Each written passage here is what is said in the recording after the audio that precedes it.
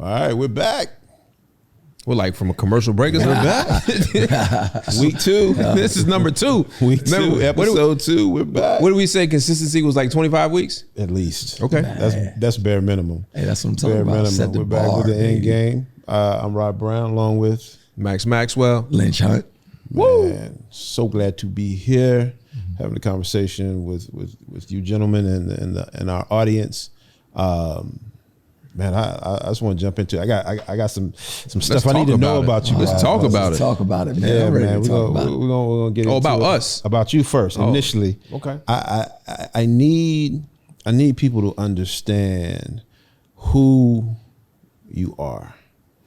And I need you to go back as far as you want to go back. What I need is a little known Black history fact about you.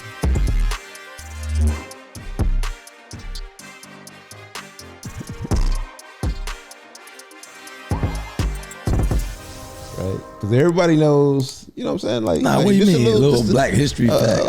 Everything about me in the past is Black history. So something that's interesting. That. I'm Black. Something that's in the interesting. past is history. Something that's interesting. Okay. That we don't know. Oh.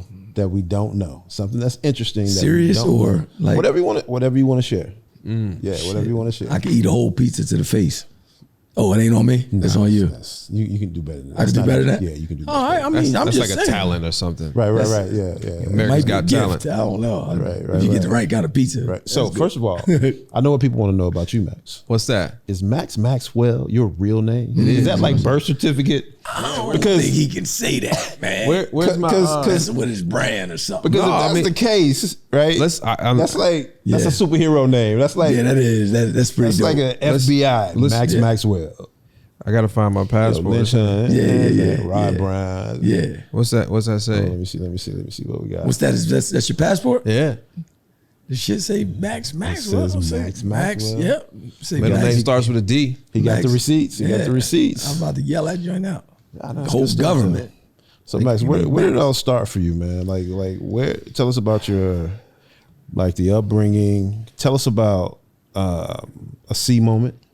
Tell us about like a pivot that pushed you towards this thing called success.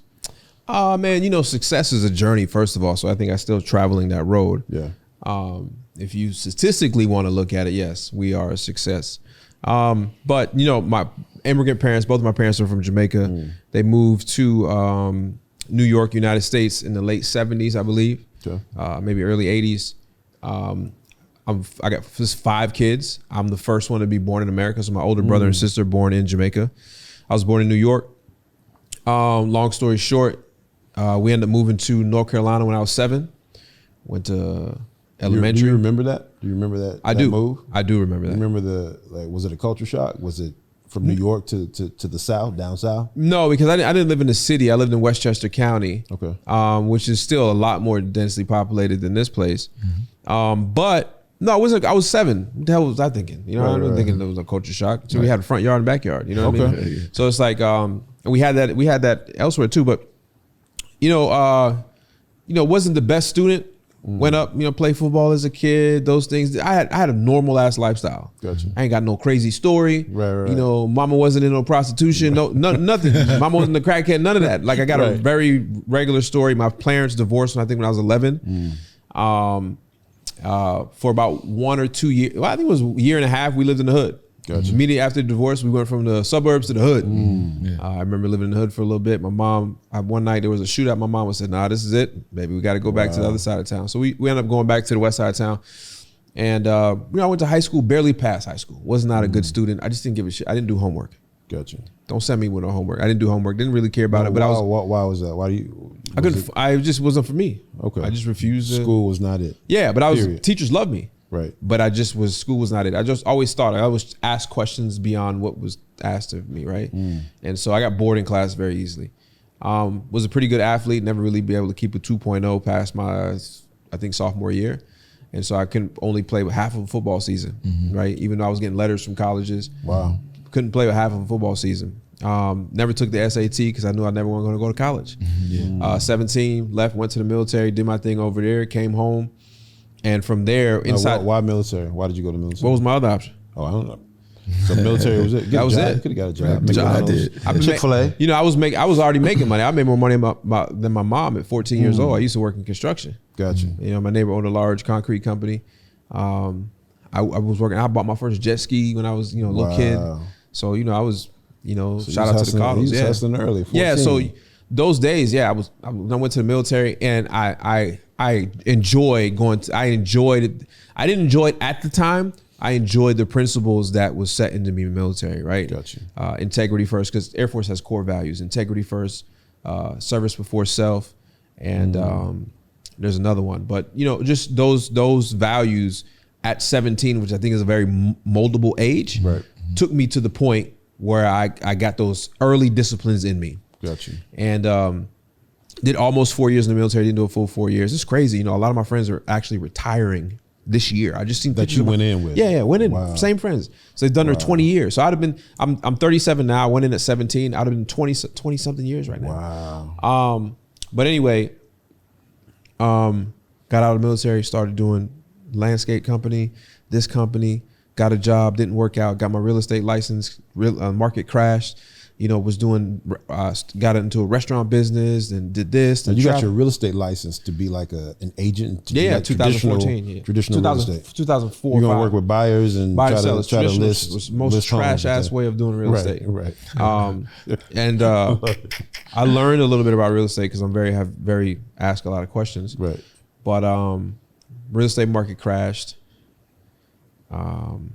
And then just kept going from business to business. I never really focused on one thing. Like I learned so many things. I tell people I have 12 failed businesses, and then you know about me now. Gotcha. Right? It was 12 failures before you heard my name. Wow. That was the conversation in the barbershop the other day. It was people just see, you know, just the tip of that iceberg. Yeah. They don't see all the Every 12 single failed business that I failed in taught me a lesson to the point where I got to the real estate game, and I took all those failures, all those lessons from those 12 businesses and created something that every single one, from payroll to taxes to employees to building a team to sales to bookkeeping to all these things that I failed on before, got me to the point now where I pretty decent at it, or at least knew who to hire. Yeah. Well, you know what's crazy real quick, you know what's crazy is that most people want to forget their failures. No. Most people try to forget the things in the past that didn't work for them and stuff like that. But I know we're gonna get to this, but man, like literally, that's the stuff that separates us from everything. I'm literally else. writing a book about these right now, like those businesses and the failures and the things that taught me. What was the hardest fall? Because I just really believe there's no such thing as a failure, just people that quit. And basically, you didn't quit for like 12 or 13 times. But what was the biggest one that was like, damn, this hurt? My last one, right before the one before I became who I am today. What happened? I moved back home 2015 after wanting to start a app software. Yeah. It failed. It failed miserably. That's how you and I met. Yep. It failed miserably.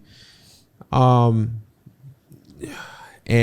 What year was that? I was 30 years old. He was 30. So I'm 30. Don't nobody know how old you are now. I'm 37. You look like you the same age as No, I'm 37. Right. I'm 37 and about 35 pounds heavier. I'm 37. This guy's Benjamin Buttons, y'all. Yeah. 30, I think it's younger. 37 now, so that was roughly 7 years ago. Okay. Lost everything. I was paying. So hold on, 7 years ago you was broke? As a joke. Is it 7 years ago you had nothing? No I moved. I had a 2004 Volkswagen Jetta. I had dead ass. I had negative dollars in my bank account. Bank of America. I had to move back home with my mom. I was paying my rent with my credit card. There's a website where you can go and put in a bill name and put your credit card in and it sends them a check. I'm sure, don't ever do that, guys, if you listen. So when that ran out, when that American Express ran out, what do? So I remember Thanksgiving, like yesterday, I had asked my mom, can I come back home? Came back home, and how did that make you feel? Like, well, the major thing. Cool with that? No, I was actually horrified of that. Only for one reason. What's that? This mental number we put on ourselves that by 30 years old you're supposed to have shit figured out. Right. And I felt like remember, I left home at 17. I came back at 30 broke. Now that's even, I was supposed to come back 30 paying bills and buying cars and shit. Right. You know Well, I mean, Biggie got a line in the song. He's talking about being broke at 30, give a nigga the chills. Yeah, it's a whole joint. But when that stuff be in your subconscious mind, you be like, I'm 30, I'm broke. We believe 30 is that point where you're supposed to have life figured out. This arbitrary number. Right? And so my back was up against the wall. I was very uncomfortable. I was depressed for a while. Found real estate. And then my obsessive personality kicked back in. And can I stop 1 second real quick? We're going to pick back up at your obsessive personality, but that was his C moment. So the significant emotional event that that was it. Yeah, that was it right there. It's like rock bottom, and you really don't got nowhere else to go. Because but all my other failures didn't feel like this one. Right. And I don't know if it was just because of the age. Right. Yeah. But here's the crazy shit, y'all. That this failure was right before my success. It was the hardest failure I had, and the next one was the next big hit. Right. Right. So It's success like, was on the other side of that. yeah, it was like putting out 13, 12 albums, and every album flopped. And at the 12th one was my worst album. And I said, let me put out one more joint. And I went platinum. Wow. Word. And so it's like when you look back at it, and I'm just saying this for the first time, I'm just now realizing this. When I look back at it, was like, I could have gave up right there. Oh yeah. I could have used my military credentials, got a job, could have gave up. Oh yeah. So let me ask this. So at any point during the 12 failures, did you have a plan B, or were you always like, business number 6, this is it, this is all I'm doing, and then it didn't work out, so then okay, business number 7. I am a crackhead for business and entrepreneurship and an obsession. Like I don't hear crackheads saying, well, if I don't get a rock today, I'm just gonna drink. Right. I'm getting a rock. I'm gonna get a rock. And that's how my mind was. So there was never a backup.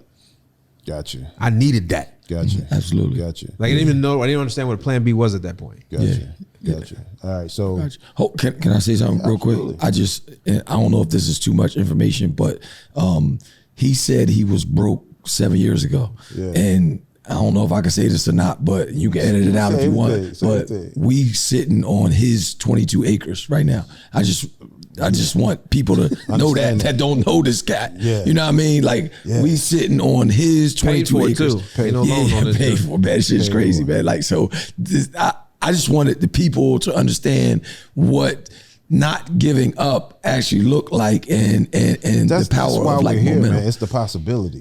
Like if we gonna unpack this, we really gonna break this down. If I'm broke and I'm looking at this, I go, he did it. That means I can do it. I can do it. Not only that, but when I guess hindsight, looking back, like if I would have gave up at number 10 or 11 or even the 12th one, 13 would have came along. 13, y'all know number 13. Y'all don't know the other 12 failed businesses. You know me as number 13.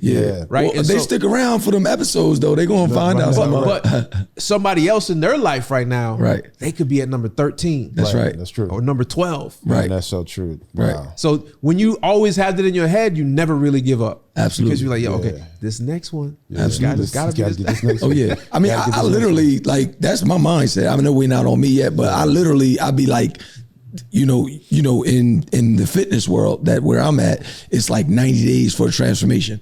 And though it takes people a lot longer, I think each 90 days I'm gonna get this transformation right here. So whenever I go into something, a new venture or something like that, I believe that this the quarter, this the 90 days.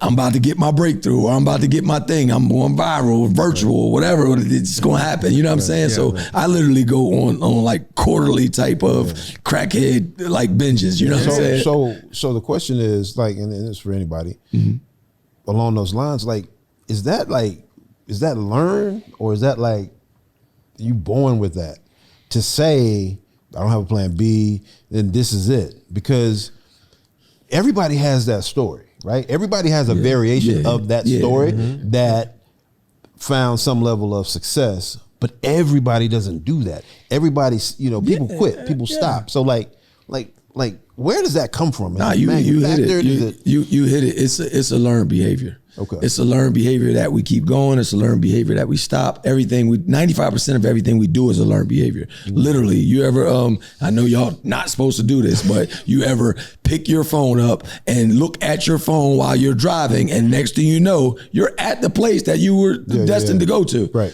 Because 95% of everything we do is off of habits. It's ran by your subconscious mind. Right. But so if you find yourself, quit. If you've never failed before, right? If you've never experienced that, like if you've never felt that defeat, right? And you feel that defeat, and you've never had to deal with that. How do you say, okay, let me dive back in. Let me go do something that will possibly make me feel like this again. Right. So in psychology, you got to interrupt the pattern. And a lot of us don't, we actually start to create new patterns and new habits, and we never think about how fast or how soon we need to interrupt it so that we can create a new brain or a new cell in our mind to actually start doing something different. Like, it's literally science. It's super science. But the fact that we started a new thing, we start to go that way, and now we miss 2 workouts, and then we miss 3 workouts, or we miss 4 workouts, or we go to Chick-fil-A 3 times this week and 4 times this week, instead of saying, you know what, I got to interrupt this pattern. And I'm telling you, as soon as you interrupt the pattern, it's literally, you can Google it right now. Just interrupt the pattern, and I guarantee you'll get another salad the next time you go. Just interrupt the pattern next time, and then you'll start to go. An object in motion tends to stay in motion. Yeah, because everything has a pattern. Like, you know, I've spoken to kids before, and I've heard people talk, well, you know, these kids not gonna get it. They're not disciplined. Yeah, they are. They're disciplined at playing video games. There you go. They're disciplined at going to the mall and walking around for 3 or 4 hours. So don't say they're not disciplined. So listen, we're wired to think they should be and I know we're supposed to be on the story and everything, but we're wired to take the path of least resistance. All right, less resistance at anything that we do. So what we've learned how to do was prime our environment for the next use to make it easy. So we're just proactively being lazy. When we actually prepare, like, think about this shit. Just think about this shit that I'm saying. So washing the dishes, right? If you wash the dishes after you cook, then they're already going to be clean for the next time you fucking get ready to use them, right? Instead of waiting and being lazy now, right? When it's time to use them again, you're going to have to put in more work. Everybody needs to work at McDonald's, because you learn how to clean as you go. You don't work at McDonald's. I wouldn't know. I never work at McDonald's. I don't know what the fuck they doing in the back. You know, like 1 in 4 Americans that worked at McDonald's. I worked at Wendy's for like a week. So here's Black history for me. I worked at Burger King for like about 2 weeks. About 2 weeks. We got the first check. They went on vacation. It was spring break. And you was trying to go. You was trying to roll out. Trying to go to.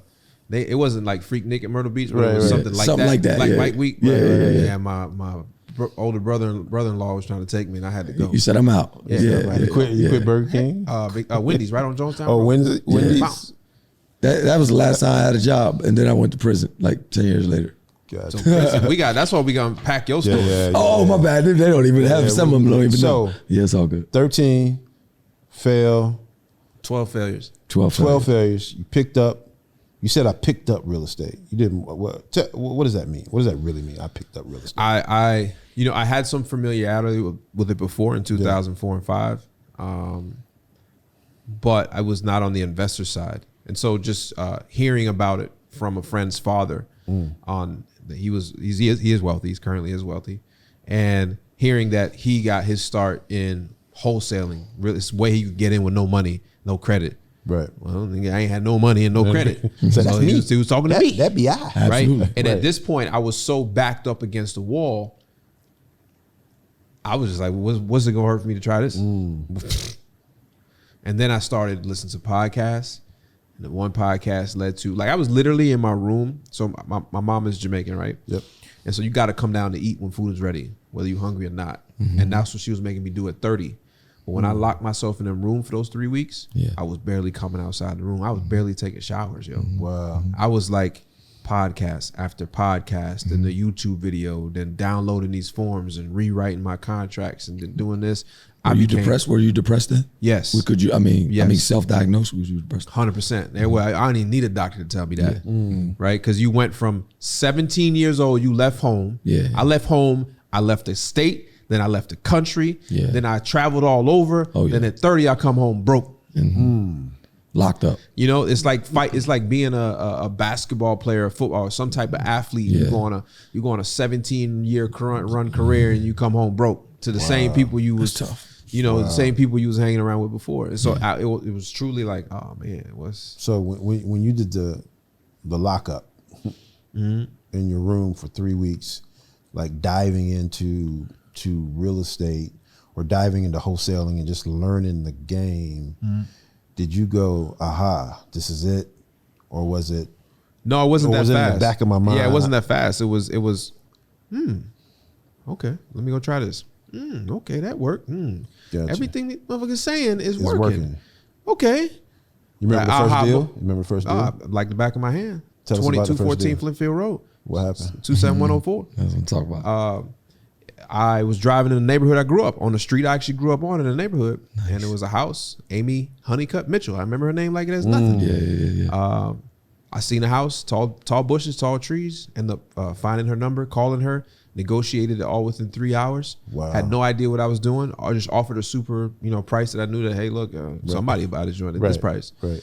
And I drove and met her at a Waffle House parking lot at exit number 75, I believe, going to Charlotte. Okay. And signed that contract. And I made $14,000 exactly. Wow. The following week, I had another deal, made $7,000. I had $21,000 in checks that I couldn't cash because I knew the LLC name was available, but I didn't buy it yet. Nor did I have a bank account. You didn't have a business set up? Yeah. You didn't have your EIN or nothing. None of that. Nothing. Right? Wow. Cashed those checks. I'm not cashing them. They had to sit in the bank for I think 14 days, 10 days or some crap before the bank gave it to me. But I went from negative, I think it was like a negative, like $100-something, negative money. Like, you know, when you have a few dollars in your bank account and you can go to the gas station and it only charges $1. Right. And you just fill the tank up. Right. So it's going to be whatever the gas was that you put in there plus $35 fee. Right. So that's what I had in there. Wow. I probably was like negative $80 or something crazy, right? From to that to $21,000. Wow. You could, that was 10 million. So to me. what lottery. Right. So that's the lottery. That's $10 million. What did that do to your psyche? What did that do to like nothing? Really? I was like, let's go do this again. I don't believe this shit. Right. Did that for 12 months straight. I made like $800 and something thousand at my mom's house. I didn't even leave my mom's house. Right. Wow. My mom didn't even know I was regular. That's crazy. And You're you were going like, you were like documenting all this, like YouTube That's and all when that stuff YouTube like that. Yeah. Got you. And now you're just a sensation. YouTube, you just like I was everywhere. because I was so, it was like, imagine you finding out this exercise that makes you lose 2 pounds of workout. Right. You can't keep that a What secret. made you? But what made you say, like, while you were at your mom's house, or while you were trying to do this first deal, saying like, I'm gonna film this, or I'm gonna show everybody. Honest truth. Yeah. I don't have many friends on my personal Facebook page. I don't have many friends. I have like true friends on my personal Facebook page, even to this day. Your profile looks so fake. Yeah, on the Like, his Facebook Facebook, and it's like he doesn't look like a real person. Like, got you. yeah, it looks like somebody's about to hack your shit. Right. Yeah. It's just Somebody about to get you. So, Yeah, Right. Go ahead. I started posting. What happened was I knew myself, and I knew that I needed to focus on this one thing. I'm sure we all heard of this book, and I wanted to hold myself true. So I started documenting on my Facebook. So first these videos were uploaded just as a Facebook video to Facebook. Gotcha. And then people were commenting on them in my Facebook. Like, yo, this is crazy. You sure this is? So then I started uploading to YouTube. And then it became a hit. Nice. And then I made one video where I was like, I just bought this land for like $200. And that joint shot off. And people were like, yo, how you do this? How you do this? How you do this? And then from there, it just took off. But did you even understand YouTube? Yeah, I mean, I've done some stuff. At that point? No, not like that. I've never popped like that. Never. Nor known anybody ever popped like that. Yeah. And I was like, yo, I'm gonna keep giving. That's what, like, when, you know, I mean, obviously I knew you, but then, you know, when I started following what you were doing on YouTube, I was just blown away that you were literally giving away the game. It wasn't you. So you got a bunch of people that was doing what you were doing, but there was was some kind of charging. angle to Charging get thousands paid. of dollars. You were like for the exact same information or better, like actual Giving stuff. out free. Come on, walk in here with me. Yeah. Listen to this phone call. Like Yeah. All I gotta do is watch a video. giving that away. That's it. I was doing that. I got sued for one of those videos. Like I went into somebody's house. I put the camera down and you saw me negotiate live in the house. Put it on YouTube, and I got a call a few days later from an attorney, and they were like, my client's seen your video. And I was like, okay. So I had to settle, paid, took the video down. I had many more that they didn't do. Wow. But it was like I was just giving it away. So they literally sued you? Or they were just trying to get... Yeah, we did settle outside of court. Okay. All right. Let's take this money. That's great. Well, one of my favorite spots that you did was with the kid who said you were fake. Oh, and I flew him in here. And you flew him in. He said you were fake, and he didn't just go off and be like, "Yeah, I'm not a fake." You didn't defend yourself or anything. You were like, "Yo, come see me," and then you flew him first class to Winston-Salem to hang out with you to see what you do a whole day, and blew his mind. Yeah. Hey, now you go pick him up in the plane. Yeah. Yeah. Now I go get him in my own. Yeah, you go get him in your own plane and come back. I think the people need to know that shit. That We was be dope. skipping over a lot of shit, man. Like, We got. I know we got mad time. So real quick, I think we're missing a major point here, and I need to pull that out of you. I believe that you started filming it because you knew you were going to actually be a success. I didn't know it was gonna be this though. Maybe not this, but are you the type of person that I know I am? Whatever the fuck I say, It's gonna happen. I make it happen. It's gonna happen. 100%. Okay, so That's why they call me What's- considered done. what's the name of this podcast? The End Game. The end game. You started filming that shit because you knew Knew the end. at the end, if and when I hit this motherfucking goal, all these YouTube videos are going to be a success. Yeah. This is going to be content. Yeah. Literally. That's good. So what we really gotta attribute that to is your vision. Yeah, that's something I've really developed over the last 5-6 years. Bro, we literally just took pictures over there, right? You're not a photographer, but you have vision.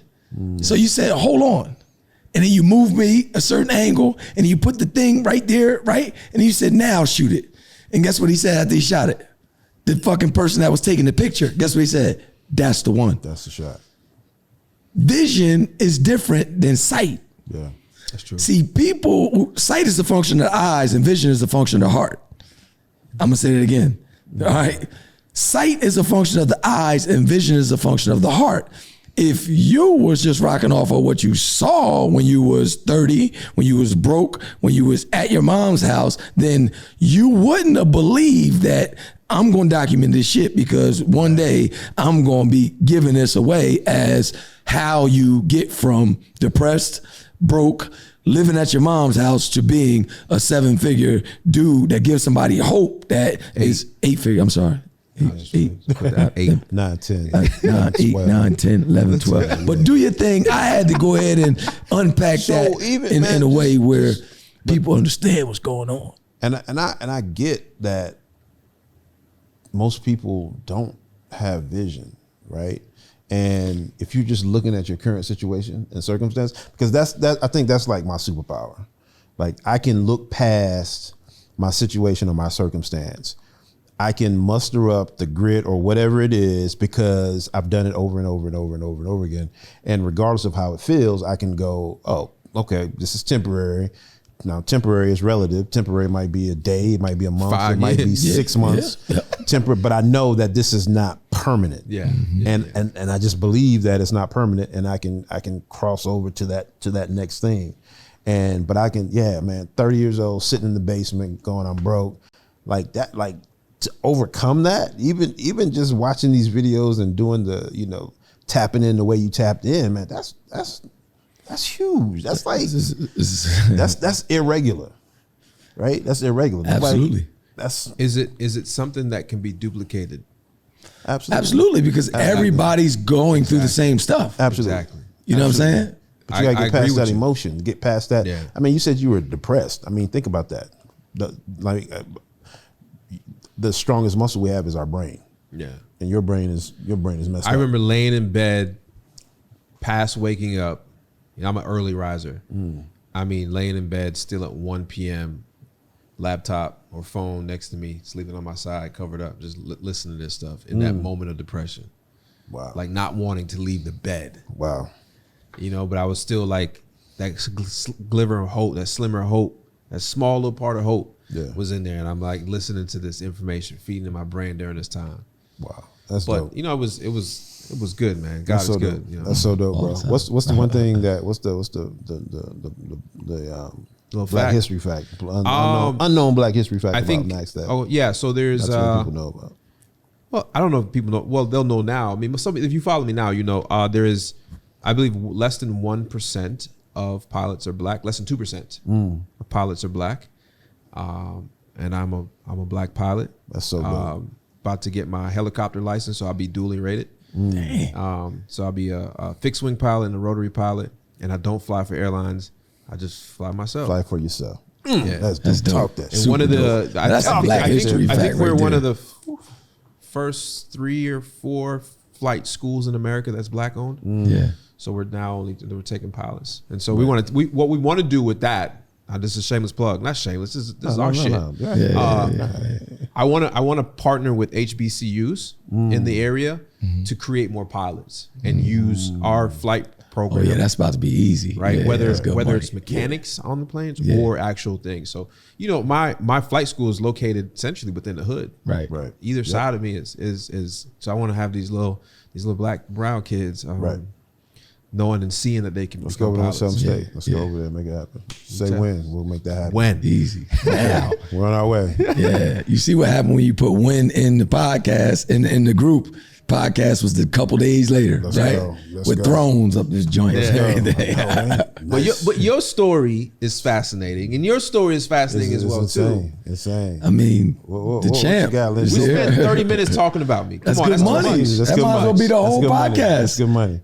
Well, Lynch, take us back, man. Take us back. Man, to where, man? How far you want to go? How far you want to go back? Sheesh, man. I don't know. I got to try to do this quick, man.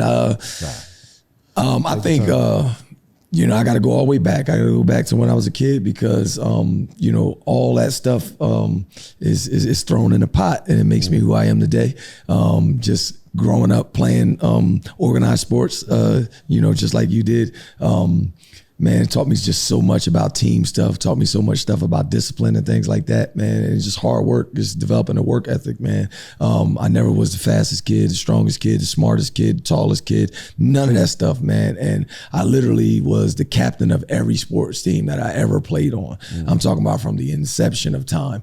I literally was the person who, figured out what we were going to do for the day, what game we were going to play when we were kids, and everybody came to your house because we used to actually play and go outside and play when we was kids and stuff like that. So, I figured out the games we were going to play, what we were going to do, and then if it was time for us to make some money, man, I'm saying, yo, we're going to shovel snow today. Yo, we're going to rake leaves today. Yo, we're going to wash cars today. Yo, we're going to deliver papers now. We're going to have paper routes. Like, I was the guy that came up with the plan for me and my brother.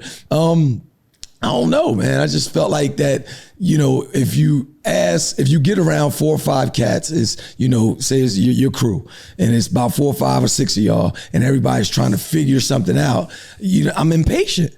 You know what I'm saying? Yeah. So if you gonna take long to figure out, or if every time I ask you ain't got nothing to put in or add to it, then now I realize that, okay, we either gonna sit here all day and try to figure out what we're gonna play today, or somebody gonna come up with the game that we're gonna play today.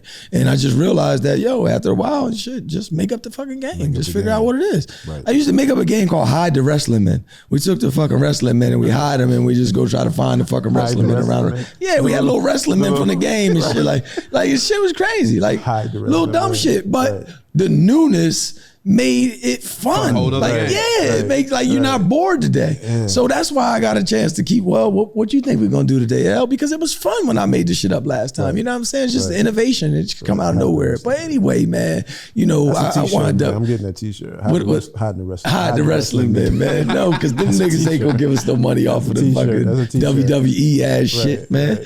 You know what I mean? But anyway, you know, I guess leadership came like kind of natural.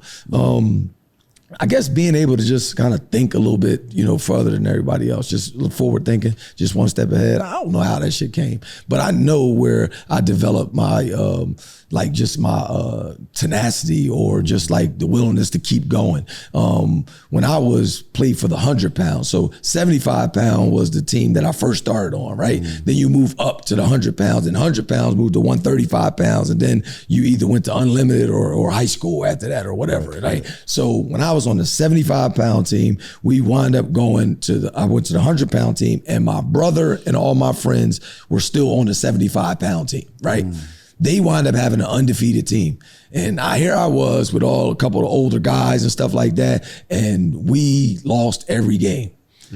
And that developed something in me, man, that really just separated me from the rest of the winning squad to the losing squad. Yeah, man, kind of like overnight. Right. But when I look at all this shit coming home with trophies. And I had to go to their like Super Bowl party type thing. Right. You know what I mean? And they celebrating everything, and I'm sitting there over there like, damn, these cats is champs, and we just went like defeated, like lost everything.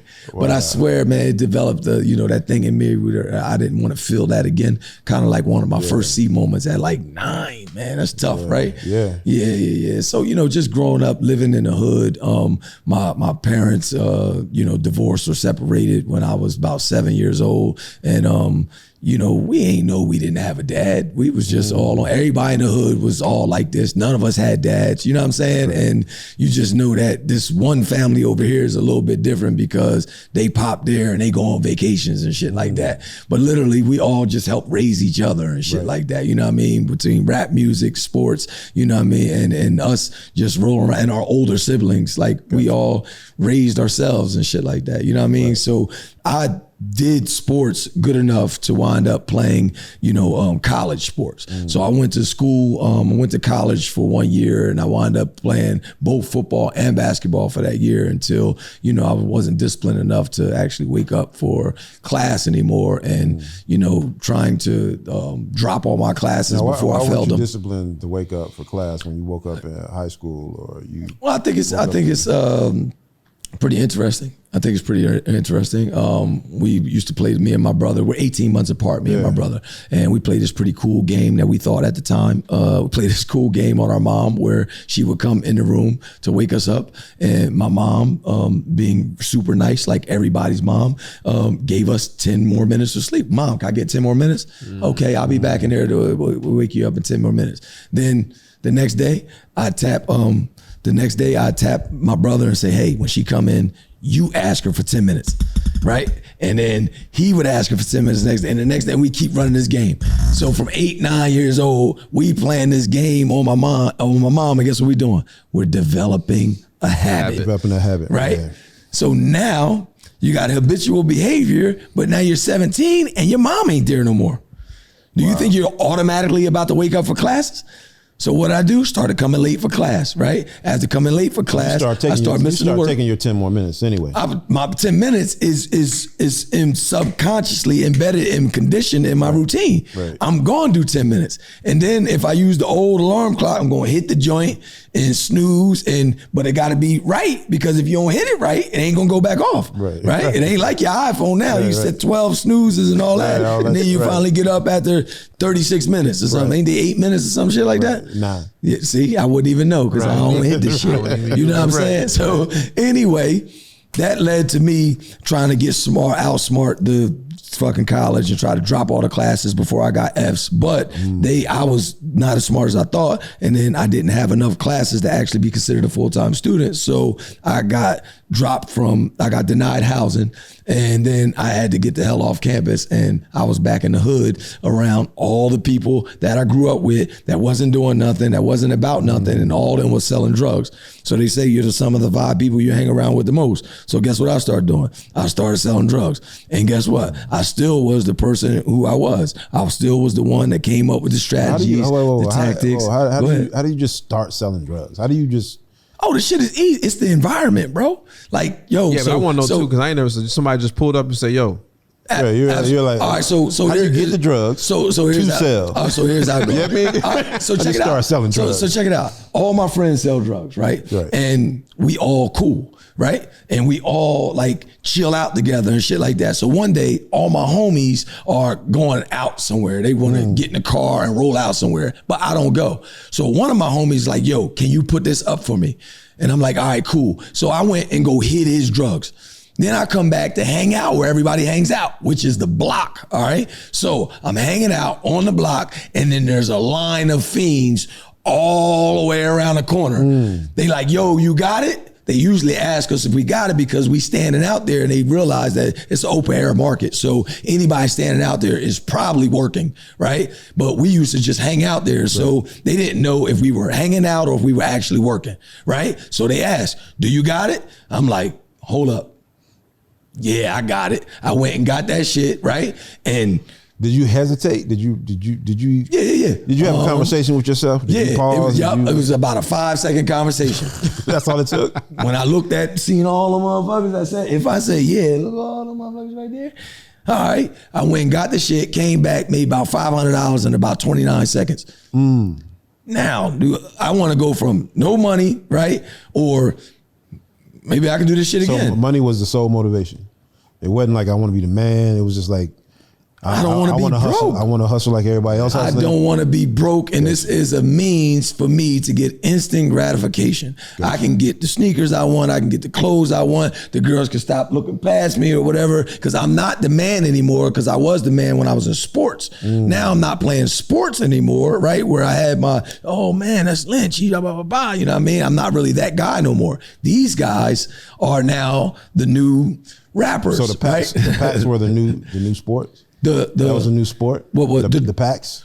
When you that you sold, that was like that thing that you got from basketball, football. That was your leadership had to come out in that without question. Yeah. So now I had to figure out, okay, how do I separate myself from everybody else? They might have, they might been in it longer. They might be upperclassmen, so to speak. Somebody might be faster. Somebody might have a beeper where somebody fucking pages them and they go straight to them instead of coming to the open air market where we're running, up to sales and saying, take mine, take mine, take mine. Right. And then you had to figure out how to separate yourself and, in a saturated market. Does that make sense? Yeah. So no doubt. I wasn't always doing the right thing, but I always did things right. So my brain is going to work faster, better, and stronger than all these cats. Some of them, none of them did as good as I did in school. So they never really thought like I thought on the level that I thought on. And I knew that shit. I'm like, yo, this nigga in the slow class, ain't no way in the world I'm about to let this nigga make more money than me. I'm telling you, like, after a while, you could just be like, all right, no way in the world this goofy dude. He's in a low functioning. I do the same shit on what's name now. I'm like, yo, this dude is goofy, and the rest of the world don't know it. I can't believe that they're actually giving him $25,000 a speech. Right. So I said, when they actually see me, they got to give me 50. Right.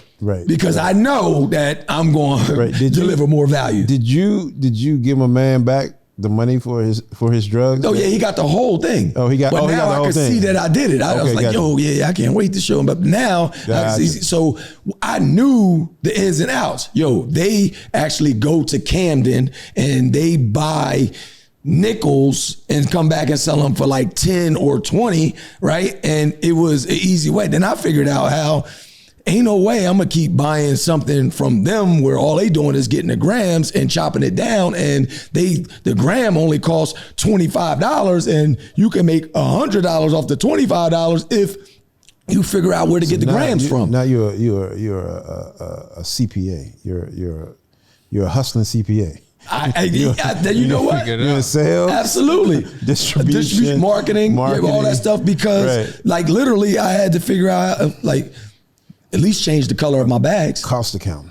Because we all got the same stuff. Yeah. If we all got the same stuff, I got to figure out how I would like make my stuff different. Right. So this leadership comes out and you start to change the game. Yeah. So I started changing the game by figuring out how to go get grams, right? And once I got grams, then I could actually bag up the 10 bags and then sell them to the guys for less than what they was paying for the bundles. And they ain't got to go to Campton. They ain't got to go to Camden no more. Gotcha. So that makes sense. So now I'm actually, I became distro like super quick. Like what I would do was I would stand out there, sell my own bags, but I'll also sell bundles to the homies that was in the game way before me. So you're wholesale and retail. Without question. Right. Wow. Now I figured out how to get the grams cheaper. You understand what I'm saying? Then I figured out how, okay, if you don't buy it cooked already, you can buy it in its cocaine form. And now you can get it even cheaper than like, so it was. We not giving no more details. Right. You're giving away the wrong game. You're giving away the wrong game. But the point. This was the evolution of the joint. But then I figured out how to actually stretch the coke, and whatever I was paying for, it was basically I was getting more. That like, no, it's super dope because now you see, you can actually see the evolution of how I went from personal training to group training to having people actually doing all the work. It's the same exact thing, man, which becomes your superpower. We're in Scottsdale, Arizona, and he's telling me, it's one of the first times that we probably were like kind of just one-on-one sitting down at breakfast. We go to this event, and he's talking about the gym and how the trainers are saying there's not enough space in here to do what we want to do, coach. Coach is like, it is. So he chopped the gym up the way he chopped up the cocaine. He said, all you got to do is do this, and this, and now you got plenty of room. I'm like, where you get that from? I used to chop up cocaine. Right. So I chopped up the space in the gym, stretched it out the same way. So you leaned on that same experience. So listen, and I'm gonna break this down. I'm gonna keep it real with you. All skills are transferable. Yeah.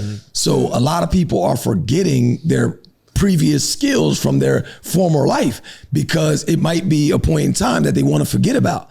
But you literally get your superpowers from the skills that you cultivated during them rough times. You understand what I'm saying? So I literally take all that stuff and I throw it in a joint, and then people are like, yo, how you come up with that? Yo, listen, I have a motivational segment on WFNY News 2.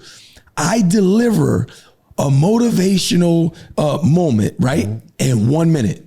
But do you know where that skill was cultivated from?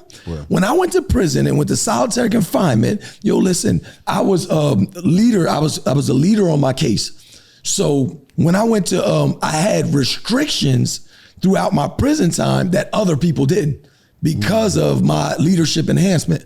I only had 15 minutes to talk to my family for the month on the phone. 15 minutes for the month. The rest of the inmate population had 300 minutes to talk to their family. I had 15 minutes. Leaders so what I did was, so check what I did. Leaders get less. Now, so check out what I did because they think you're going to continue your enterprise from there. So they got to restrict you. Right. So when I talk about I was this and I was that, like, they knew what was going on, so they like, yo, nah, this dude ain't gonna be still making money from in there. Right. And you know what I mean? And that's how you get messed up. So anyway, this is one of the things that helped me change my life. Anyway, let's get back to the thing. I took my 15 minutes and I did 1 minute every other day for 30 days and got my point across. Wow.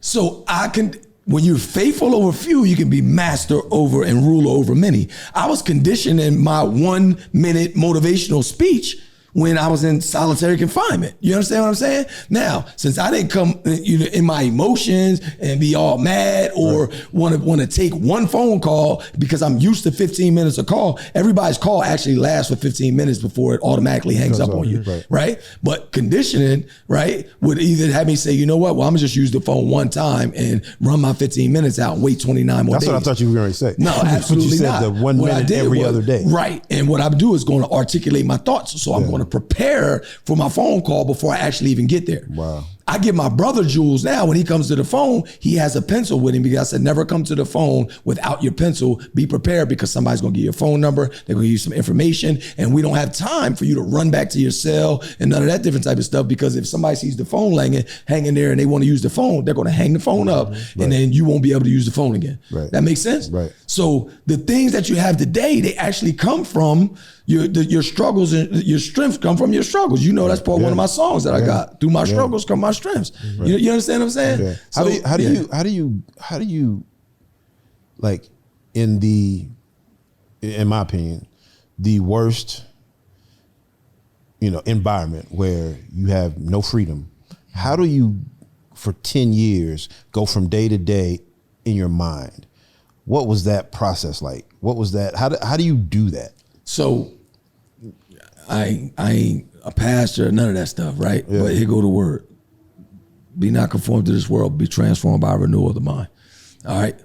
If you know you're going to be in a certain place, then you have to actually make the environment work for you.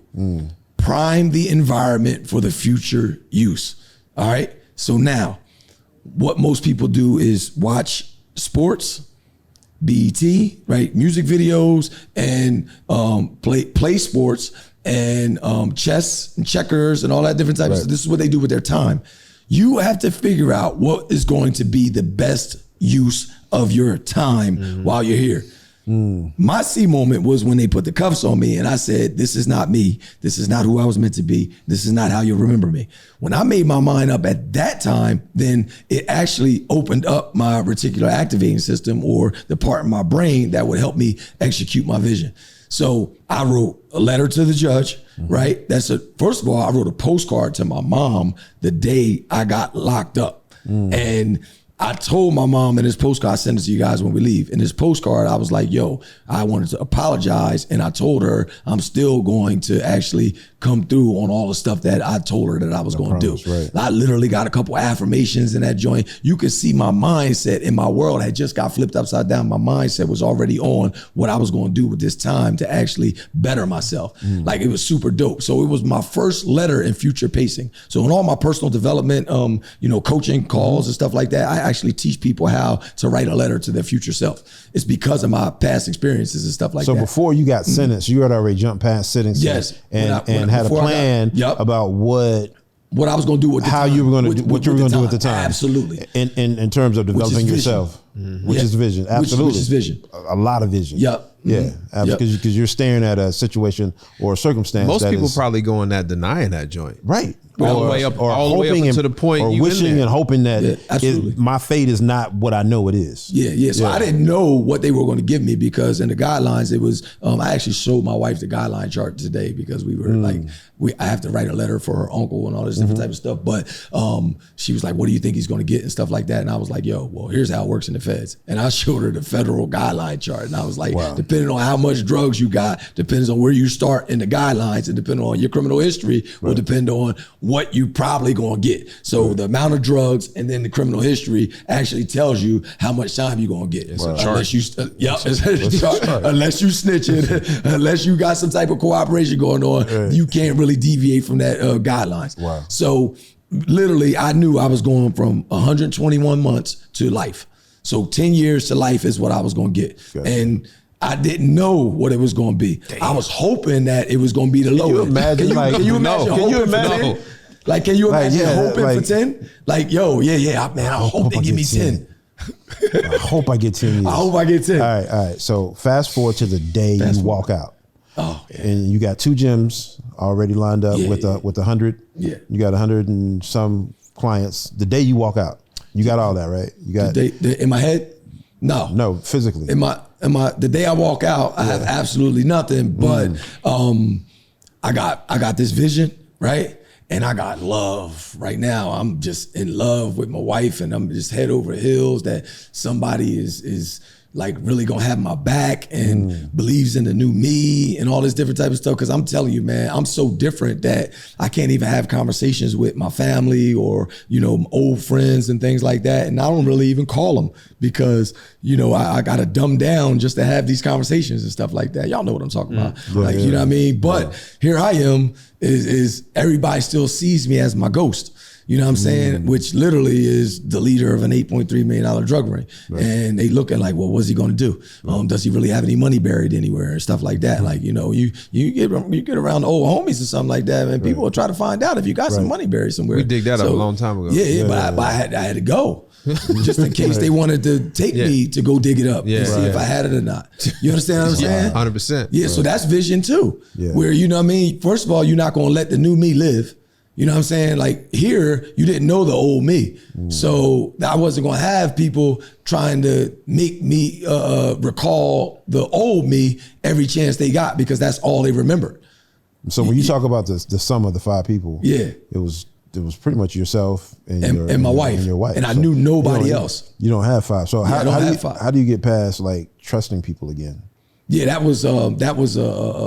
was literally like trauma that I had to figure out. And God just has a funny way of making you go against what you thought the plan was going to be. Gotcha. And now I got a community where like everybody's family.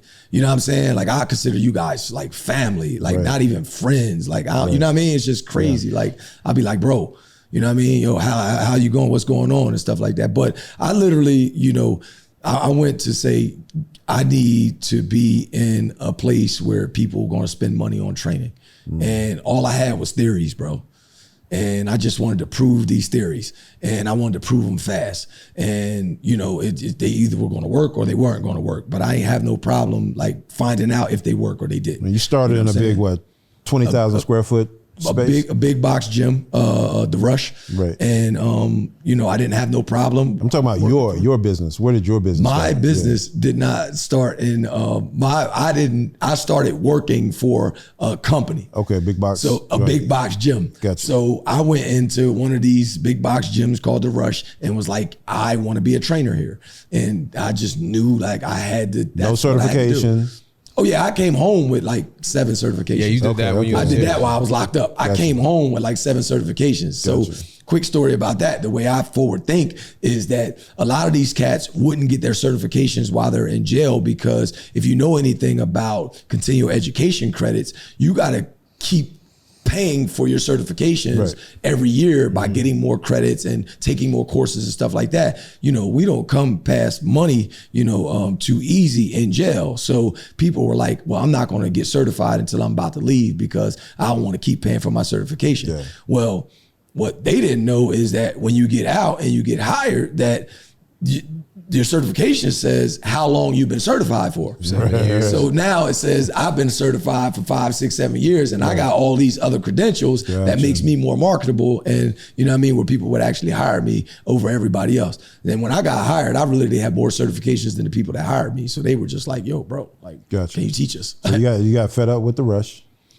I think I outgrew it. I started to do a boot camp on the side, you know, so I came in branding, name, brand, face recognition. I just needed people to know who I was. I didn't know anybody, and I needed to stand out, and I needed to make money. And, you know, I was the leader of $8.3 million drug ring. So the only way I was going to make, you know, in my mind, I did all this math, and I was like, yo, okay, if I can make. You didn't make 8.3 million at the Rush? Nah, absolutely not. But the the things that I gained, I think, were like beyond $8.3 million. Gotcha. You know what I'm saying? Like the theories that. So you went in there and learned their system, learned how absolutely, and I learned what was dope and what they didn't have and stuff like that. And you learned the customers out in the free world, what they expect, absolutely, and what they and I realized that they were way more easier to train and coach than the leader of the gang and the bank robber and all the cats that I had to coach and train when I was in jail. So, you know, in jail, if you got 20 dudes following you on the yard, you know, you come out here, like, it ain't nothing for me to get the soccer mom to follow me and listen to what I'm saying. Like, you know, this guy's never followed nobody in his life, but I got him fucking doing fireman carries, you know, in the middle of the yard and shit. That shit is tough. Like, you know what I'm saying? Like, yo, we not going to the weight pile today, y'all. Let's go to the field. Like, Who does that shit? Right. Like when there's weights right there. And then they just go. Yeah. Well, they rocking with the me. leader, because you're the leader. You got that influence still. Yeah, I've always been influential in my demographic, man. It's just that's a superpower. All of that puts you in all of that puts you in today's, like, you're here today. Absolutely. It actually, like, just all those things, like being there, I didn't cry about making $6 for 30 minutes. I didn't cry about making $12 an hour because it was putting me in a place that I never really was at before anyway. It was more than that, though. It was division. It was a paid internship. Correct. It was like I'm getting paid, and that's just perspective. I'm getting paid to actually learn. So, and to make connections and build a network. So I met Adrian there. Like, you know what I mean? And Adrian had a trainer. And hopefully he's a guest somewhere one day. Oh, yeah, got to be. Either my podcast, this podcast, both of them. Both of them. Because if not, I'm going to tell him to pull his jet up out my hangar and leave it outside next storm. The dope part about the way I met him was, like, I literally used to just give him an exercise every time I saw him. Like, yo, big dog, what you working on today? Yo, try this shit. This shit crazy right here. Yeah, but it was a taste test. It was just like I did on the street. It's sowing and reaping. It's the law of reciprocity. Absolutely, but I ain't learn it from the Bible. Right. I learned it from, I got to get these cats a tester. So when the one dude almost fall out, he about to tell everybody he got a 9, y'all. Right. And then my line gonna be around the corner and I'm gonna sell out before noon because they know I got the dope. Right. You know what I'm saying? Then later on I realized that it was the law of sowing and reaping and I could get, Yo, Rob, we're running an hour and I think you might have did this. We're running an hour? We might have did this on purpose, but you're not getting away. Shit. You my man said less than an hour. I don't give a damn. Man said less than an hour. I don't give a damn what Matt say. Right. So we got to go to you, Rod. No, hold on. Matt the producer, I'm the director. That's facts. Yeah. He said cut. let's see. Matt saying wrap it up. So we got to keep going. Keep going. Oh, okay, keep going. Yeah. So you got the gym. You got your. So you started in the garage, or you're doing the boot camp. You started in the garage. I just got to tell you just one part, real quick. Okay, drop. So an old head and pulled me to the side. I used to kick it. I always kick it with older cats and shit. Old head was like, yo, young blood. He like, yo, tell me what you don't see. I'm like, is this a fucking trick question? Yeah, that's how I see that. He talking about, he like, look around, young blood. Tell me what you don't see. Right?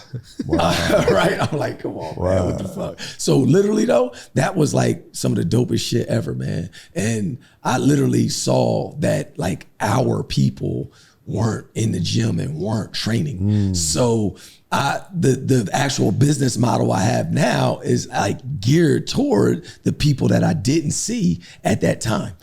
And the people that I'm working with are only people that had money that was expendable and weren't really focused on getting transformations any day. They were just doing it because it was a rite of passage or it was something that they could do because they had, the income to do it. Was that the best piece of advice you ever got? Do you think that was the best? Or something? It was the best 5? piece for, it's top 5. It was the best piece for that because that's how I developed the group training because the demographic that I did not see couldn't afford personal training anyway. And I wasn't going to keep trading my time for money. So I needed to throw 50 people in a class where I could make $500-$600 for my hour as opposed to, $50 for my hour. Right. So that literally changed the game. And that's why I run a business model with group training and I run multiple classes so that I can get that, that. I knew about AWOL 3 years or so before I went.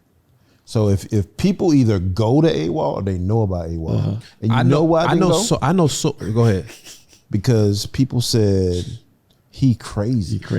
I know so much about AWOL. That's why I ain't went. That's why you haven't been there. People will say. I mean, these are barbershop conversations. Yo, this is not gonna help me, y'all. People. Like, if you want to get right, crazy. Go. I just ain't want to get right yet. Right, exactly. But then they will follow it up with people getting results over there. People are transforming over there. So when I got over there, it was like, this is his sandbox. He's going to do it his way. No compromising. But at the end of the day, results happen, man. So that's dope. Tell me about the first conversation we had when you was on the bike. What's that bike? What is it called? Assault bike. The assault bike. On the assault bike. Yeah, that's one of the stations. I'm sitting on the assault bike, and we never met. And I'm in the line and doing the group training, and I get on the assault bike, Matt, and I'm it's 40 seconds on, 20 seconds rest. So I'm on there for 40 seconds. I'm doing my thing, and near the end of the 40 seconds, he just walks up to me and said, "You bullshitting," and turned around and walked away. I'm like, what? Who is this dude? Exactly. Who is this dude? I'll leave right now. You know, I'm about to give you my money. But then the thing that caught me was like, okay, chill, Rod. You in his sandbox right now, right? He's the expert right now. Mm-hmm. Chill. You're not that. You're a leader, but he's the alpha in here, right? He's the alpha, and so I pump my brakes, and it's been a great relationship, great experience ever since then. So yeah, I just know that in order for people to transform, you literally gotta take like this. So what I do when I coach people, I literally figured out that thing that you're successful at, or the thing you have success in or had success in. And then what I get you to do is draw the parallels from what you know you're super dope at to the thing that you're doing now. Yeah. And then once I make you realize that you're not doing this the way you do that, your eyes open. Yeah. Because the best piece of advice I got was from my father, where he told me how you do anything is how you do everything, right? And that means whatever thy hand find to do with all thy might, right? So when you start thinking like that, you're like, oh, and you had to do 10 calories on the bike. And I kind of know what it takes to get the 10 calories done. So when he walks over, I train an alpha different than, you know what I mean? Then I train, the soccer mom. Yeah. You know what I'm saying? And I'm about to pull my thing out right in front of him, show him how big it is. Mm-hmm. So when he get off the bike, I'm about to show him what 10 actually look like. Yeah. Right? Because if you actually see it, then you can, you know what I mean? Then you can show them what success is. What it looks like. You can mimic it. Yeah. Yes, exactly. Yeah. And that's how we teach people now. We get them to get a picture of it and things like that. And it's all this shit is science. Yeah. So I just got to do it a little bit different. Like the language got to be a tad bit different because we all speak a different language. Yeah. So once I show him that the 10 calories can be done in like 10 seconds, then was my statement true that 40 seconds he didn't get it? The statement that he didn't get it in 40 seconds was you bullshit, and it only takes 10 seconds to get it. That's all I said the first time. So what makes you think I'm bullshitting? Okay, here's what it is. Bop, bop, bop, bop, bop. And then he's like, oh shit, I was bullshitting. Yeah. Makes sense, right? Makes sense. 100%. Now you do the shit like this. Bop, bop, bop, bop, bop, and you can walk over to somebody else and tell them they bullshit. Yeah, or I can knock it out in 10 and go rest. Yep, for 30. Yeah, go rest for 30 seconds. You go chill. You just gave yourself, and they wondering why you stopped. Right. Just gave yourself an extra 30 seconds. That's good stuff, man. So Rod, we're not getting up out of here. We gotta go 65 minutes. Go. We're not getting up out of here. We gotta hear this. Man. So tell them the beginnings. Go as far back as you want. Man. Born and raised in Wilmington, North Carolina. Wanted to be like most kids, I was going to be in the major leagues in baseball or NBA or NFL. One of those three it was going to happen. You had your pick. Neither one, right? Yeah, because I played all sports, but neither one of them happened. Raised by my great grandparents for the most part. That's because my mom got married and moved to the county when I was like 6. But I wanted to stay in the city, go to city schools and all that. So I stayed with my great grandparents and was raised by great grandparents, not my grandparents. So you can imagine, that's a whole, that's 2 more generations. So, and everything associated with that, with them. And they really, I absolutely adore my great grandparents, but they weren't fit to raise a, you know what I'm saying? Like keep up. Because they already did that a couple times. And so, so what they knew to do was to be very, very strict. Mm-hmm. And so I grew up in a very, very strict household with great grandparents. Had a gate, and I couldn't go out that gate. And the whole street lights, when they come on, you better be here. Wasn't really allowed to go hang. I mean, I played with my friends, but it was like in the neighborhood. It was on the block. If I can't see you, then you've gone too far. So very, very strict upbringing, which helped a great deal, and I can lean back on those experiences. And but at the time, I'm 10, 11 years old. I was like, they playing across the street or up the block. I want to go up the block, but nah, I couldn't do that because that's how they knew they could keep me, keep me out of trouble, keep an eye on me. So very, very, very strict. But I absolutely adore my great grandparents. Same thing though, but me and my friends. So I had my little clique. and we did the same things. We were very industrious, and it came from, we would say we want to have these little parties, right? And so we were, and the party was going to a convenience store about a block away and buying junk food and sitting around together talking and eating it, you know.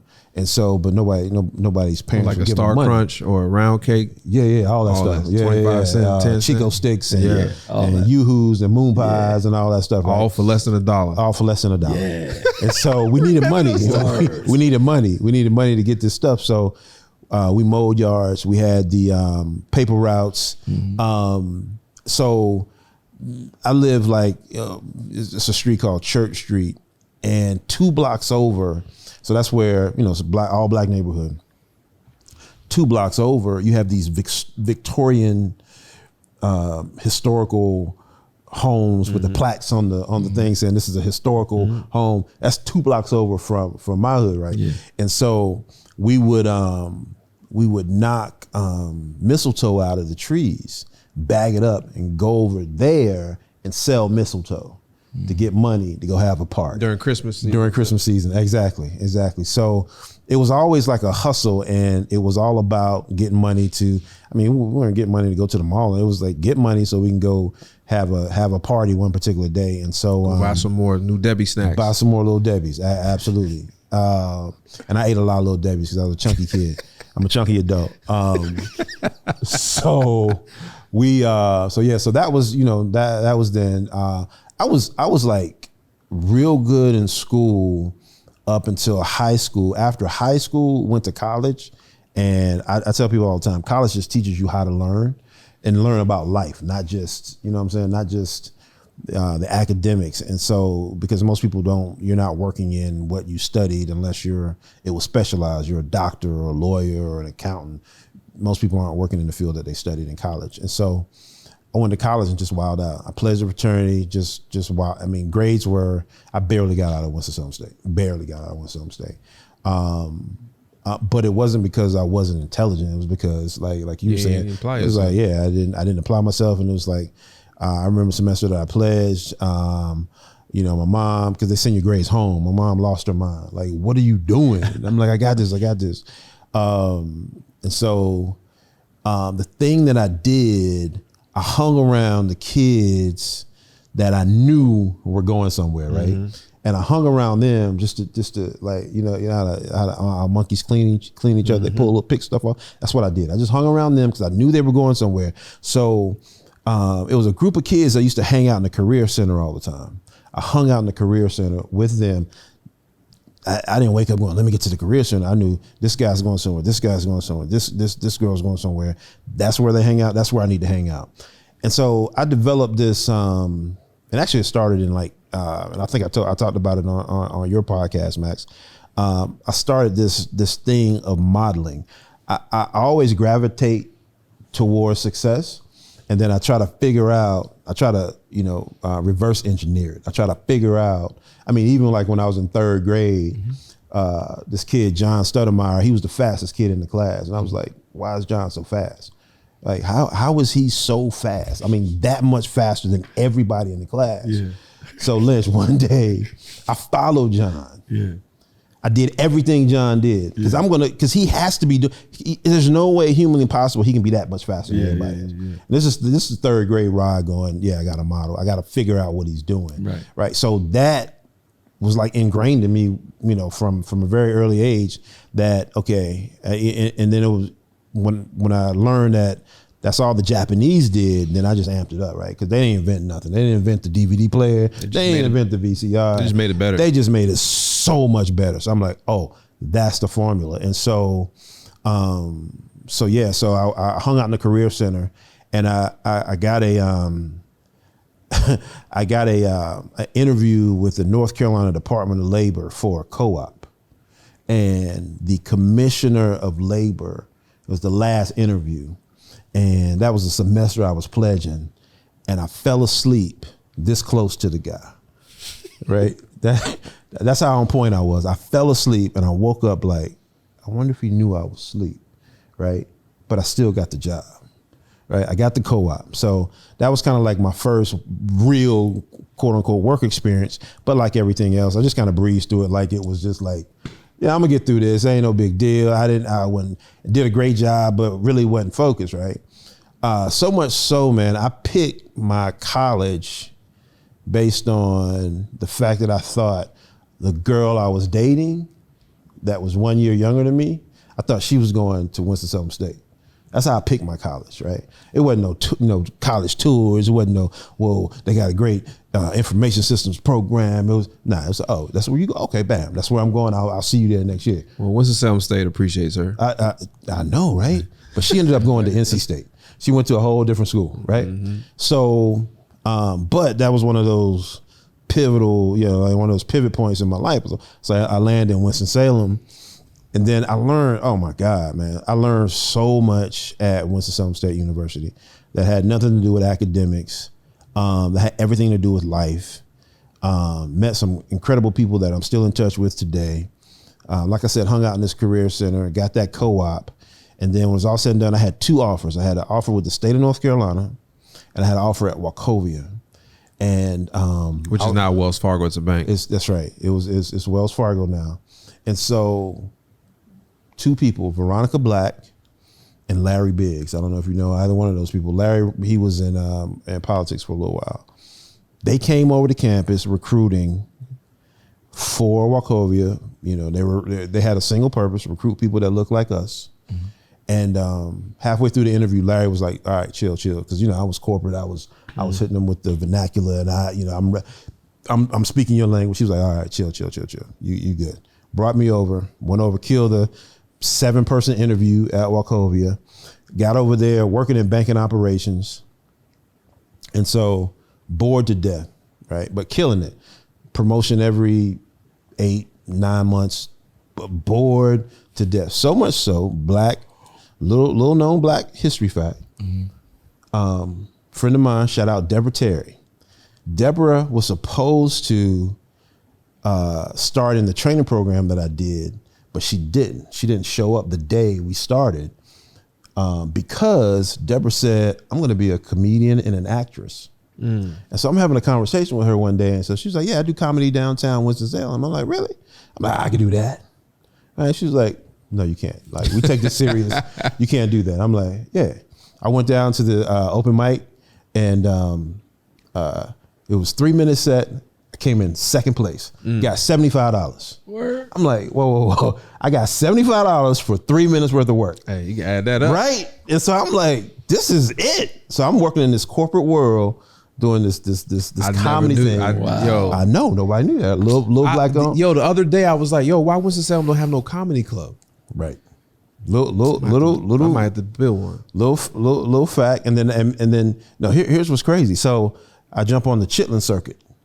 Chitlin circuit doing comedy. Okay. That's where black comedians went to these small rooms and went to these, like I said, the Chitlin circuit. Brown is a comedian. I was a comedian, man. Dead. So never knew. No.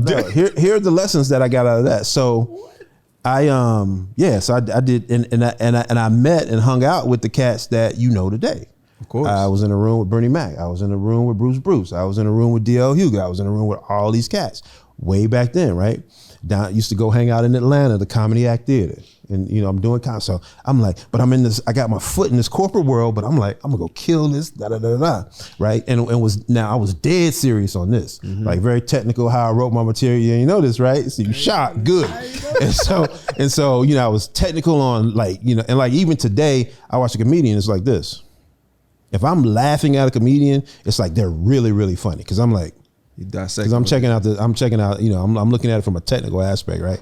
And so I hit a point where I'm doing these Chitlin circles, I'm making money, and I'm married. I'm really, really young. I'm married. I got my foot in this corporate world that I'm killing too. I got my foot in this comedian world that I'm slowly but surely climbing. I start doing auditions. So you remember the show Living Color? Hell yeah. I did an audition for Living Color. Let me tell you this story. Max. So me and my boy Ace, all this stuff. I know. So me and my boy Ace, right? We both worked at Wachovia. So we So we found out we missed the auditions in Atlanta, which was probably closer. So they were having an audition the following weekend in New York. So me and Ace, I saw Ace probably about 4 months ago. Our daughters played basketball and they were at a basketball tournament. And we bumped into each other. And he had a 2-seater with a really small back seat, right? So if 3 people were in this car, it was really, really uncomfortable. To New York. So we jumped in this car, but when we pull up, he brings his girl. I'm like, what are you doing? Right. And so I'm like, I'm driving, because that's the most comfortable seat. So I'm like, I'm driving. So we leave. Now I work second shift. Ace works third shift at Wachovia in Raleigh. Y'all tripping. Right. So, but this is what you'll do for like that thing, right? That dream that you're chasing. So again, I got my foot in the corporate world, got my foot in this comedian world. So on a Friday, we both give excuses, we're sick or whatever. We jump in this little car, this little 2-seater with 3 people in it. Little tiny back seat. I said, I'm driving. So back then I couldn't drive that far. So man, I was getting tired. Mm-hmm. I'm like, but I'm driving because I'm not sitting in that back seat, and I'm not sitting, but it was like, okay, we need to rotate because everybody's uncomfortable, right? So I'm pissed. And so we leave on a Friday. We go to New York. Auditions are Saturday morning. We get this cheap hotel, dusty hotel, rats the whole 9, because we ain't got no money. We spend the night in this hotel. We get up Saturday morning. We go do the audition. So we stand in line, right? We do the audition. We had to do characters. I've never done characters before, so I made up some characters on the fly. I started researching some people that did characters. And so Robin Williams did this character about this world-renowned memory loss doctor. And so I didn't do what he did, but I did my variation of that. Again, I'm modeling. I'm looking for a success. So I did that and this other character. And so me and Ace would get out. And so he's like 10 people before me, like a little cattle call. They bring you in different lines. And so I did one of my characters, and everybody's like, they're looking at you like, you suck. So the girl, she chuckled, and I'm like, got her, right?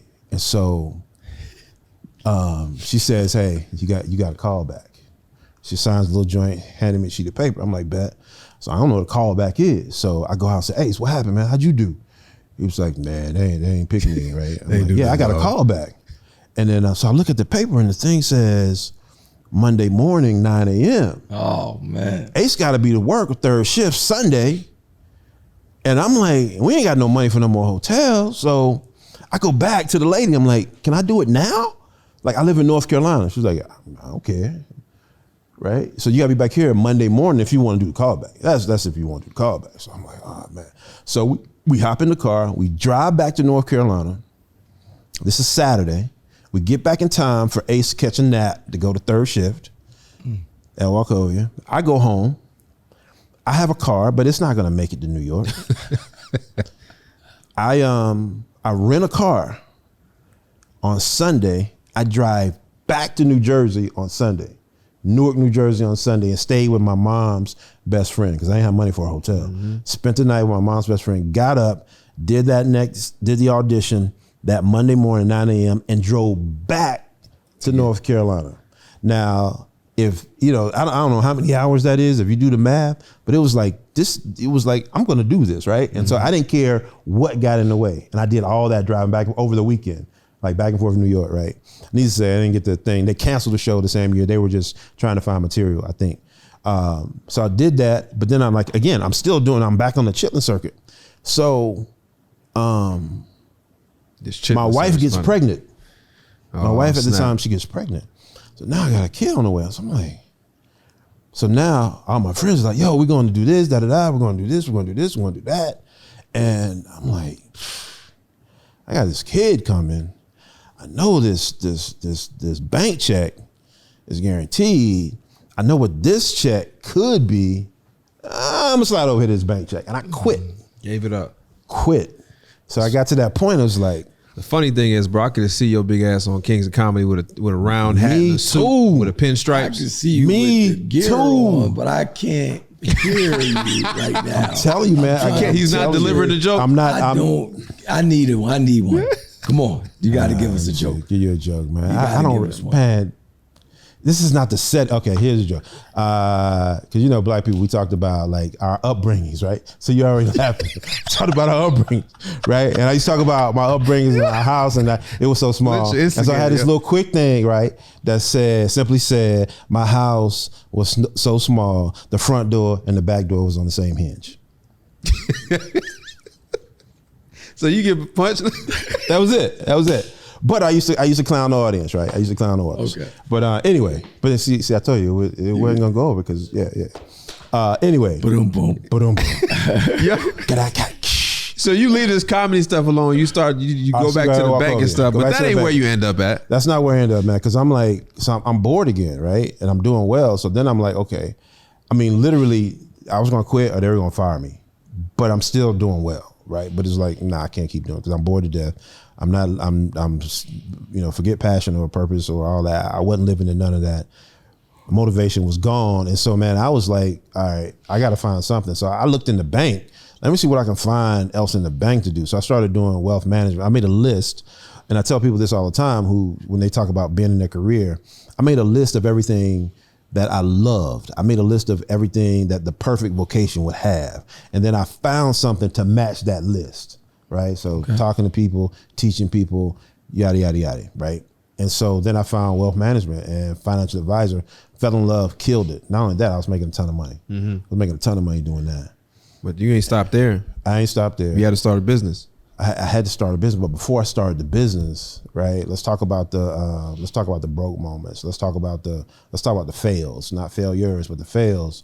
So me and my business partner, we were playing golf together one day, and he had an idea, and long story short, he pitched it to people who didn't really get it. And I'm like, dude, I swing for the fences. He asked me to join in. I'm like, cool, I will, but we need help. So I asked somebody else.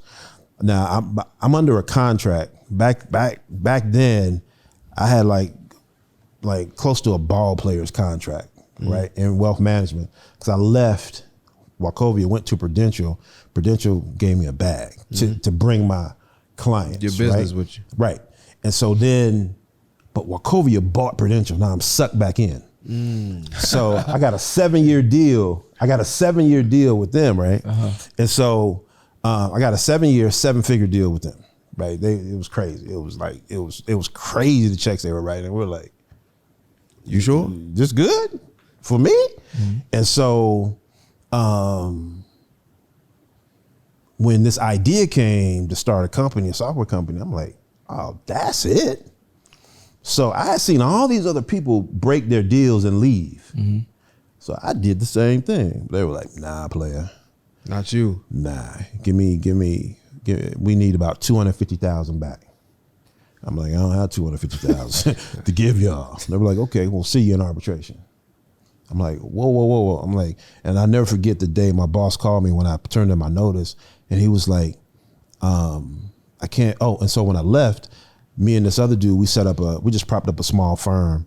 And so my job was to bring clients, his job was to manage the money, and I ain't got nothing to do because I'm going to start this brand new business. And so my old boss, he was like, I can't believe you trying to take money out of my pocket by bringing clients from there to my small firm. And I was like, what about all the money I put in your pocket, right? Because we're talking about a fraction of what I put in his pocket, right? So light bulb, like, okay, that's how you really see me. Because you're talking about money I'm taking out of your pocket, and I put millions in your pocket. And so when I left, they were like, see you in arbitration, and they sued me for $250,000 that I did not have at the time. And so now it's like, okay, and they won, needless to say, because I did break the contract. And so then they're like, and we need this money in 30 days. 250 grand in 30 days. Hit this chitlin circus one more time. Right. Yeah. But I was contract. I would have been starting over in the chicken circus. So I'm like, nah, I got to figure this out. So talked to a guy, got some advice from some attorneys, and the attorney was like, file bankruptcy. I'm like, file bankruptcy? He's like, yeah, file bankruptcy. I'm like, yeah, but my jack, I gave him all these reasons why. Nah, that don't make sense. He was like, it's a tool. Nothing needless to say, it was like, the whole mental thing behind it was like, file bankrupt. I'm like, nah, I ain't gonna pay my bills, It's like, it's not about you paying your bills. It's a financial tool. You should use it. So I filed bankruptcy, long story short. And so lesson out of that was, when you're in bankruptcy, you write a check to the bankruptcy court every month and they manage your money, right? I saw my nut was $3,400 a month. That was my nut. That didn't include my house. Everything else you bought, you had to pay cash. No credit cards. You couldn't get any credit cards. Couldn't buy a car on credit. You couldn't do anything on credit. So for 5 years, I had to be on a cash basis. And that changed from a financial standpoint and the way I view money. That changed everything. Because like today, I despise credit. So much so, in my businesses, anything, we avoided, leverage, we avoided debt, never took any money, any investment money. And so that gave me a strong foundation for how I manage money. So from experiencing that, it was all about saving money and not going into a whole bunch of debt, period. Right. And so that was huge. And then, right before that, before I left, I left to go to Prudential September of 2011. You remember what happened in September of 2011? Yeah, the towers. And I'm in the financial industry. Everything shuts down. Yeah. My money, my income dried up. Because nobody was doing anything in the financial market. Everybody's scared to death to buy a freaking toothpick. And so, man, so the money that I got, if money sits still, it evaporates. If it's not in motion, it evaporates. If you're not building studios, you're not building businesses, the money evaporates. And so I'm like, okay, I'm holding tight onto this money. So that money starts to evaporate, and the money evaporated. So now I'm sitting there going, I'm broke. Like I'm broke. Broke. I never forget, man. One Christmas, I ain't having money to get gifts. Right? You know what I did? I remembered I had a Discover credit card, but I didn't have the card. So I was going through emails looking for old statements or whatever. I found an old statement, and so I'm like, oh man, I can buy stuff online, but I didn't know the expiration date, nor did I know, the CVV code. Yeah. So somehow I figured that out, calling them, dancing around. I figured that out, and that's how I bought Christmas presents on credit. Had no cash, and I bought Christmas all presents. Online. Huh? All online. And the kids got the worst gifts that year. They got the worst gifts because they were cheap. And then I said, yeah, this is an outdoor theme. So I got them this outdoor crap. I bought a tent because everybody can get in the tent. We might need this. And everybody can get in the tent. So I bought a tent. I bought all this other outdoor crap. Yeah, it's an outdoor theme. So but yeah, I was like broke. Like it was crazy. And then I had a lot of pride in that. And it was like, I don't want my kids to know, I don't want my family to know. So I didn't ask anybody. It was just like, figure it out. And so, and in the process, I lost a house in that process, lost a marriage in that process, but got it out, got everything back because when we started our company, I just fell in love with entrepreneurship. I didn't fall in love with software. I fell in love with entrepreneurship. I fell in love with building stuff and then showing people how to do it. Because I was like, where have I been all my life? And I barely got out of Winston-Salem State, did get in high school. So I'm not super intelligent. It's just that I just had this hunger for entrepreneurship. And then we just dove head first in building this company. And then we built it, did really well over time. And then we sold it. And so that's, but along the way, we built other companies and sold other companies too, right? You sold that one company twice. Sold the one company twice. Yeah. Sold it. Worked for the company that bought it and then sold it again. Most people don't know. I talked to you about this. I talked about it on my personal podcast. That's called a Super Bowl in the entrepreneur world is when you sell your company and you sold it for a good amount of money. And we'll leave it at that. So right. I think that's why you guys need to be listening to us or enjoy this podcast is because we're not just some dudes that's pushing and peddling stuff that we want to sell you, or there's no upsell. You're not gonna hear no course from us. There ain't gonna be no $35,000 join this and do that. We're not doing that. We got nothing to sell you. We good. We're good. Right? We just come in here to really talk that barbershop talk, have a conversation about how we can better each other and better what you guys listen to, and just share some of our experiences in general on just things, because if you've never seen it, you can't be it. And this is 3 examples of people that have been through all different walks of life. My man grew up with his great grandparents. I'm a first generation American. My man grew up here. He went to prison. So you got all different aspects of life, and you see people prevail out of all those things. And that's where we are now. And so that's why you need to be listening to us. So that's why you need to tune in. Now you know the backstory of who we are. This is only episode number 2. It's a long one. It actually should be number 1, because they got a chance to kind of know who we are. But I think it's good though. I think they've seen our style in episode 1. Now they come back to learn who we are. And if you stick around and you go to the next one, like we're gonna talk about things, because we're gonna. I think so. You're right. We gave great examples of 3 different individuals that are doing some really good things. But I think the most important thing, or one of the most important things, is we're gonna give you the how. Correct. Right? Like Max is the king of giving away the game.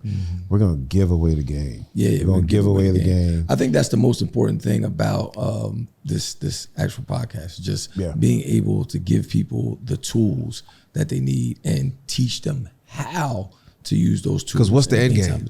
What's the end game? Exactly. That's right. Quick before we end, quick check-in, mental check-in. How's everybody mentally for the past week? I'm good. Mentally, spiritually. Super awesome. All right, cool. I feel good. I'm good right now. Good week, rough week in business, but.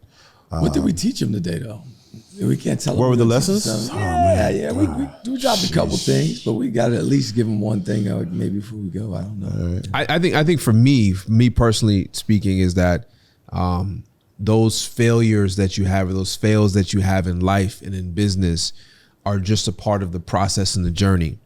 And even if before you make it, before you reach that level of success, I made it. You guys know me for number 13. And I'm gonna keep that. I might name my book number 13, right? It. You know me from number 13, but there was 1, 2, 3, 4, 5, 6, 7, 8, 9, 10, 11, 12. But you know me as number 13.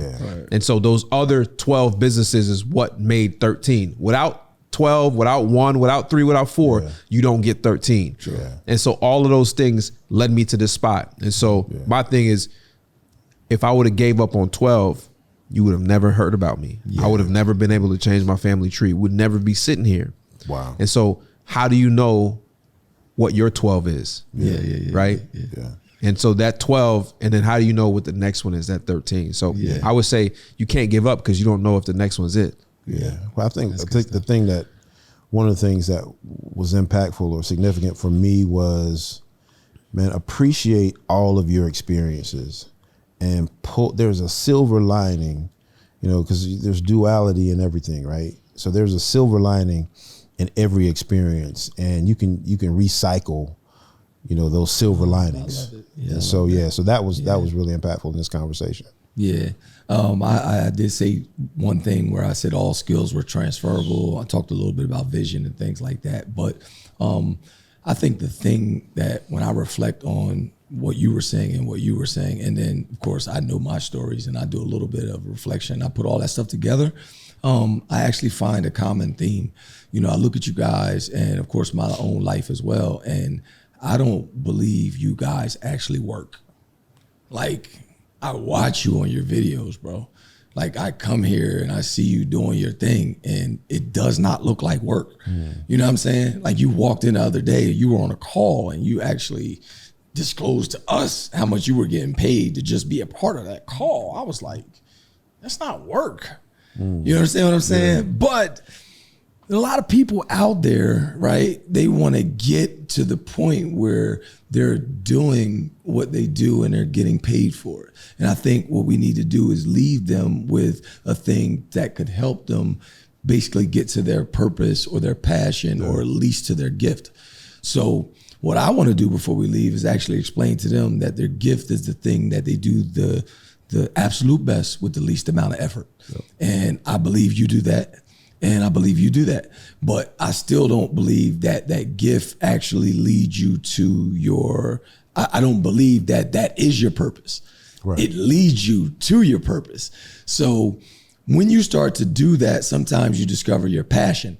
And a lot of people, and we can close it up right after this. I think a lot of people can't find their passion because they don't work in their gift. Yeah. And what we want to do is really explain to people how if you can continue to work in the thing that you do the best with the least amount of effort, I think that you will become passionate at least about that. Yeah. Now, if you can figure out what you're good at, if you can figure out what you love to do, if you can figure out what you can get paid for, and if you can figure out if the world needs it all at the same time, then you'll find the fucking end game. You'll find your purpose. When all four of those things align, you get number 13.